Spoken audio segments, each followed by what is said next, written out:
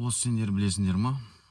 Адам қандай музыка тыңдайды, сол музыка ол адамның ішкі дүниесіне әсерін беретін. Мысалы, ер адамдарды айта кетсек, ер адамдар мысалы медленный, андай страдальческий сондай музыка тыңдаса, олардың тестостероны түсе береді, төмен болады. Ал егер жаңағы металл, рок сондай тыңдайтын болса, олардың тестостероны көтеріле береді.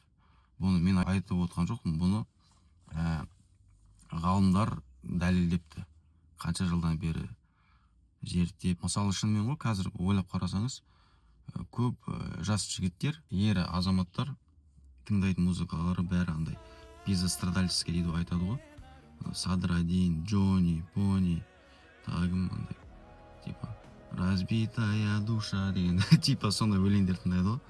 Сол үшін жігіттер рок тыңдаңдар, хард металл тыңдаңдар. Мысалы, мен айта кетейін, Рамштайн, Металлика, Линкин Парк деген жақсы группалар бар.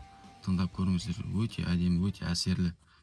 Егер ол болмай жатса, өзіміздің қазақи ұлттық нақыштағы ұлттық инструменттермен ойнатылған сондай музыка тыңдаңыздар. Мысалы, Ертұран деген сияқтылар.